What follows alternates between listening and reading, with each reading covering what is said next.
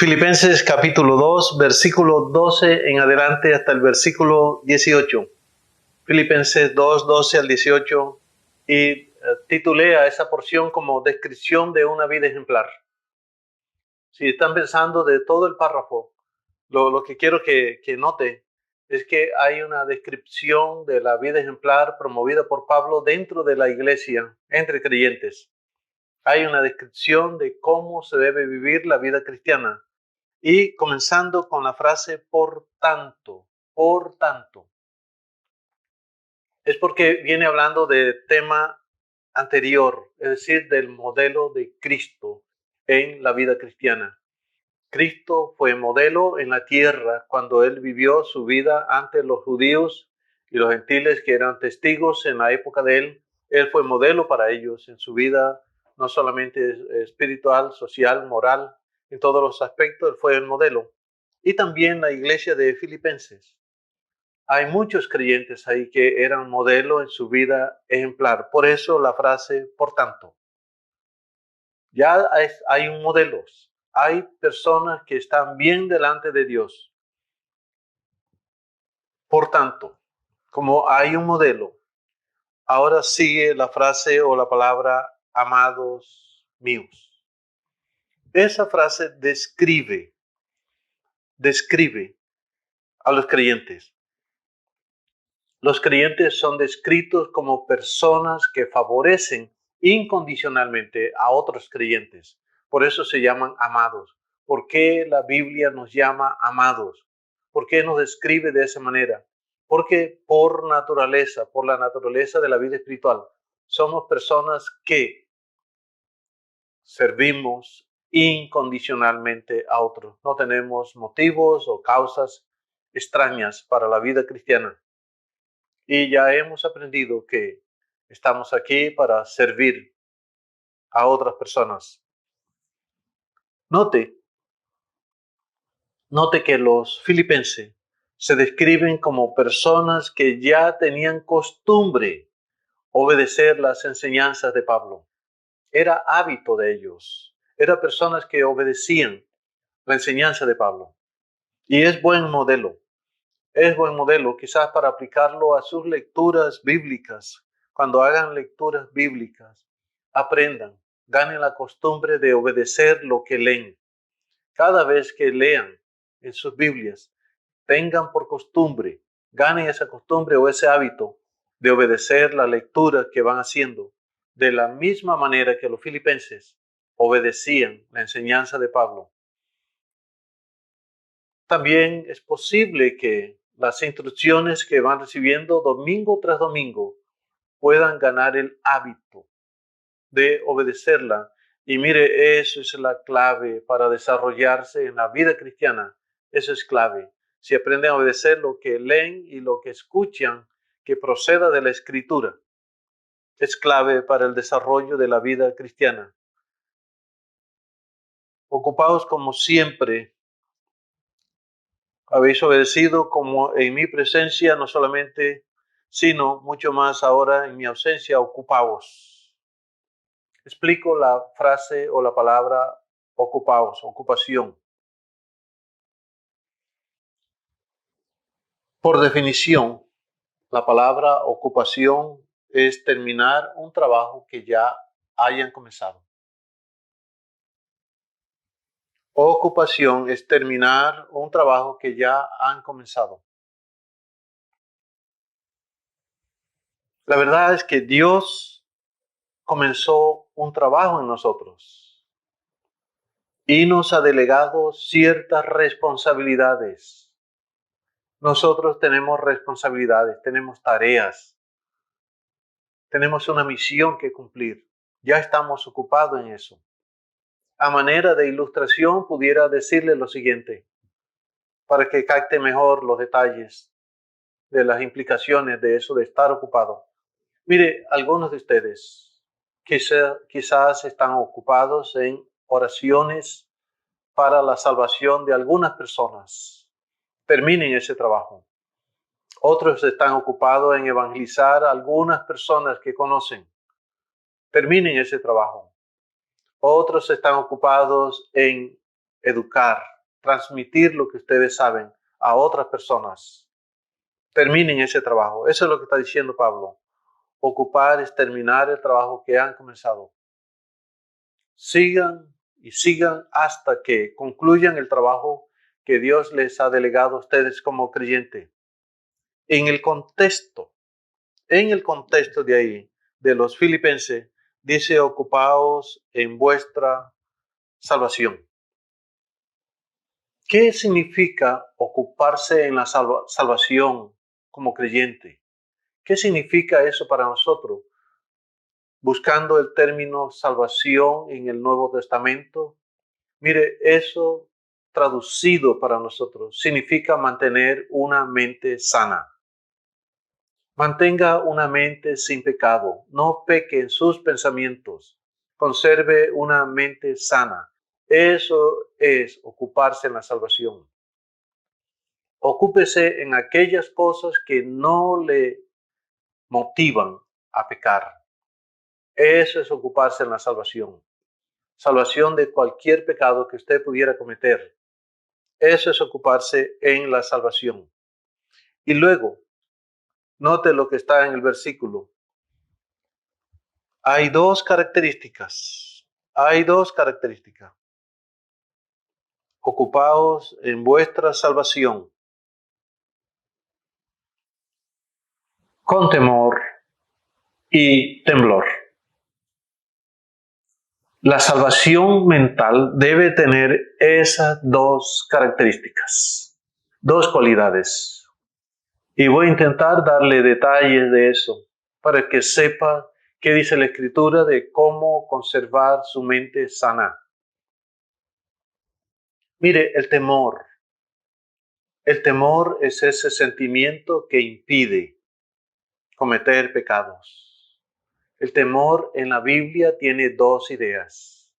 Es un sentimiento que impide cometer un pecado. Esa es la primera idea.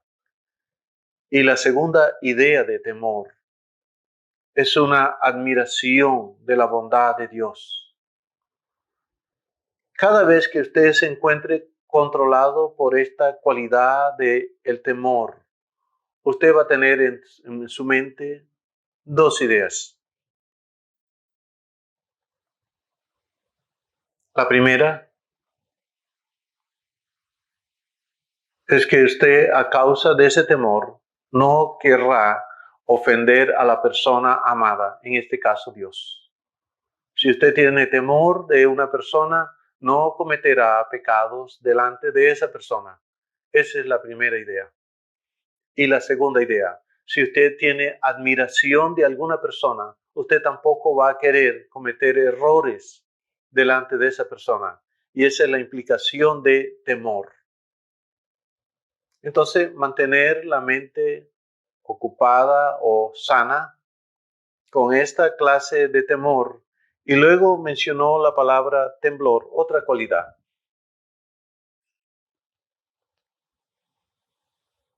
Temor es para no ofender a Dios y para admirarlo, pero temblor es cuando se anticipa las consecuencias de algún pecado y de cualquier ofensa ante Dios.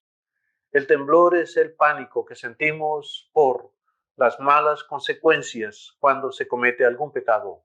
Ese es temblor.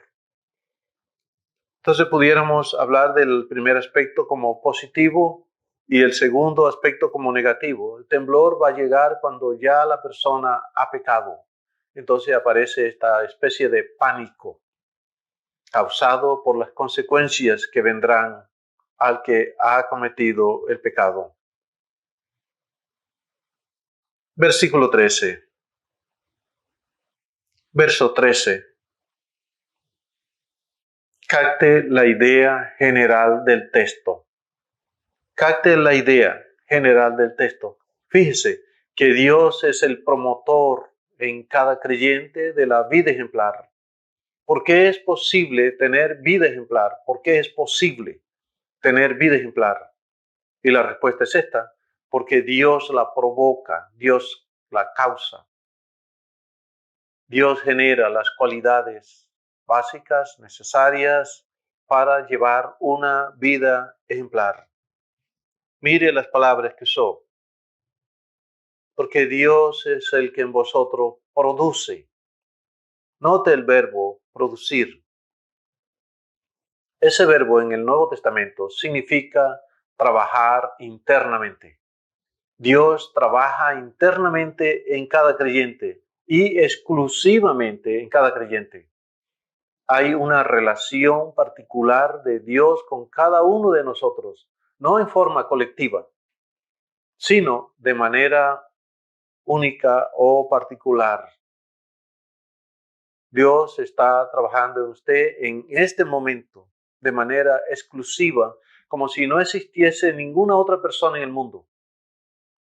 Entonces, fíjese, el verbo produce significa trabajar internamente.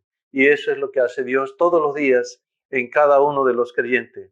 Él se encarga de producir los deseos de Él en los creyentes. Y mire, esa es su manera de ayudar. Déjeme darle un comentario de esto. Esté alerta.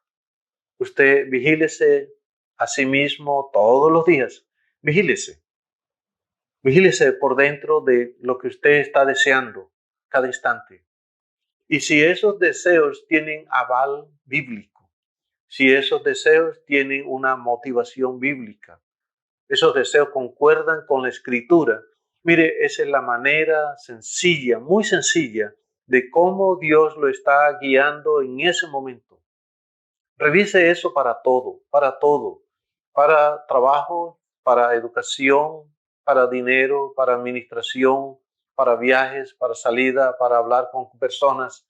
En fin, aplíquelo a todo. Esos deseos es la manera sencilla de cómo Dios lo guía a usted. Y si esos deseos tienen el aval bíblico, tienen concordancia con la Escritura, entonces Dios está guiándolo en cada instante por medio de los deseos. Esa es la manera sencilla de cómo Dios nos guía en nuestra vida cristiana. Dios se encarga de producir los deseos en cada creyente para ayudarle. Y note, Dios lo hace. Dios hace lo que quiere en cada creyente y por medio del creyente. Noten el texto, porque Dios es el que produce así el querer como el hacer por su buena voluntad. Le describo el texto. Mire lo que está diciendo el texto. Mire, Dios quiere y Dios lo hace. Eso está diciendo el texto. ¿Por qué acontecen las cosas? Primera idea, porque Dios quiere que acontezcan. ¿Y qué hace Dios a continuación? Dios lo hace por medio de usted como creyente. En este punto, note que Dios trabaja de dos maneras. Dios trabaja de dos maneras. Cuando usted anda bien delante de Él, cuando su vida cristiana está bien delante de Él, entonces Dios va a trabajar por medio de usted para ayudar a otros creyentes.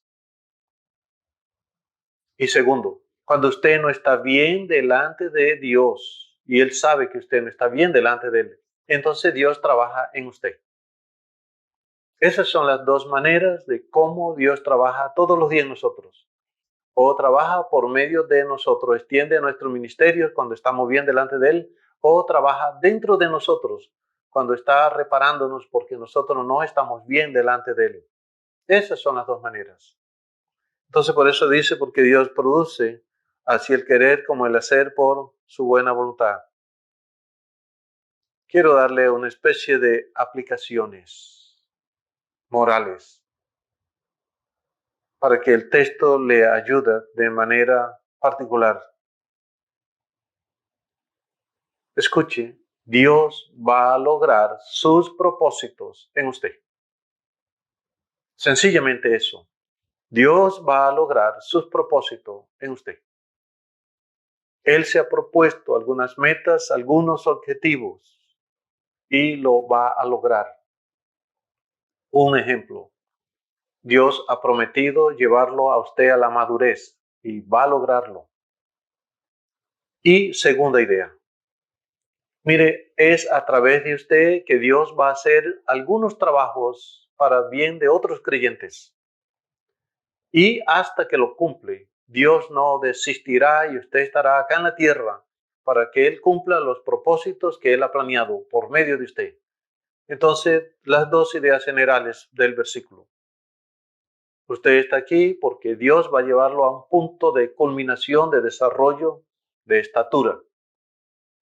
Y segundo, usted está aquí porque Dios lo va a usar usted para beneficiar a otros creyentes, a otras personas. Y cada uno de esos objetivos que Él ha planeado para lograr por medio de usted, Él lo cumplirá. Eso es lo que está en el texto. Mire, Dios expresa su buena voluntad y su buena manera de pensar por medio de cada creyente. Así es Dios. Esas son las ideas que están en el versículo 13. Porque Dios es el que en vosotros produce así el querer como el hacer por su buena voluntad. La voluntad de Dios siempre es buena para nosotros. Pasen al versículo 14. Porque a pesar de toda la ayuda de Dios en nuestra vida cristiana, hay peligros que entorpecen, enturbian nuestra vida cristiana. Y en el versículo 14, fíjese, hay dos palabras negativas. Hay dos palabras negativas que distorsionan el buen modelo de la vida cristiana. Comienzo por el mandato haced. Y le doy una aplicación directa de ese verbo. Mire, haced no es más que realizar lo que usted piensa. Ese es haced. Realice lo que está pensando. Y la aplicación es esta. Haga todo lo que usted considere necesario para favorecer a otros creyentes. Esa es la aplicación general que pueden tomar de ese texto. Hagan todo lo que usted considere necesario para favorecer a otros creyentes. En esencia, la vida cristiana es eso.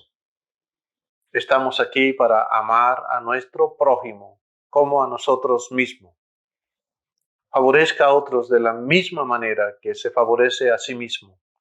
Y eso es lo que promueve la vida cristiana. ¿Cuáles dos peligros están ahí? Mire las dos palabras que aparecen. Sin murmuraciones y contiendas. Le doy una breve descripción y definición de lo que es murmurar o murmuración en ese versículo. La murmuración es debatir en secreto las quejas contra algún creyente. Eso es murmuración. Si dos creyentes se reúnen y hablan en secreto de un tercer creyente y elevan quejas contra ese creyente, eso la Biblia lo describe como murmuración. Ese es un obstáculo al desarrollo de la vida cristiana y los que se ocupan de estar en murmuraciones, un efecto, una consecuencia de eso es que no tendrán desarrollo. Se quedan enanos o pasmados o con poco desarrollo. Y como dice la Escritura, quizás hombrecillos o mujercillas. Y el término contiendas son los razonamientos o razonamientos internos que nos separan de otros creyentes. Eso es la contienda. Es un pensamiento interno que no le permite acercarse a otro creyente. Su manera de pensar en relación a otros creyentes crea una barrera, una distancia, y eso no le deja acercarse. Eso es la contienda. No estamos hablando que usted está discutiendo en particular con algún creyente, no es discusión, pero es el pensamiento interno que usted antepone y ese pensamiento interno que le divide del otro creyente jamás le permite acercamiento. Fíjense que normalmente las barreras que hay entre creyentes y creyentes se debe a que tenemos pensamiento negativo de otros. Y por esos pensamientos negativos, no nos acercamos como debiéramos acercarnos. Ese es el término contienda.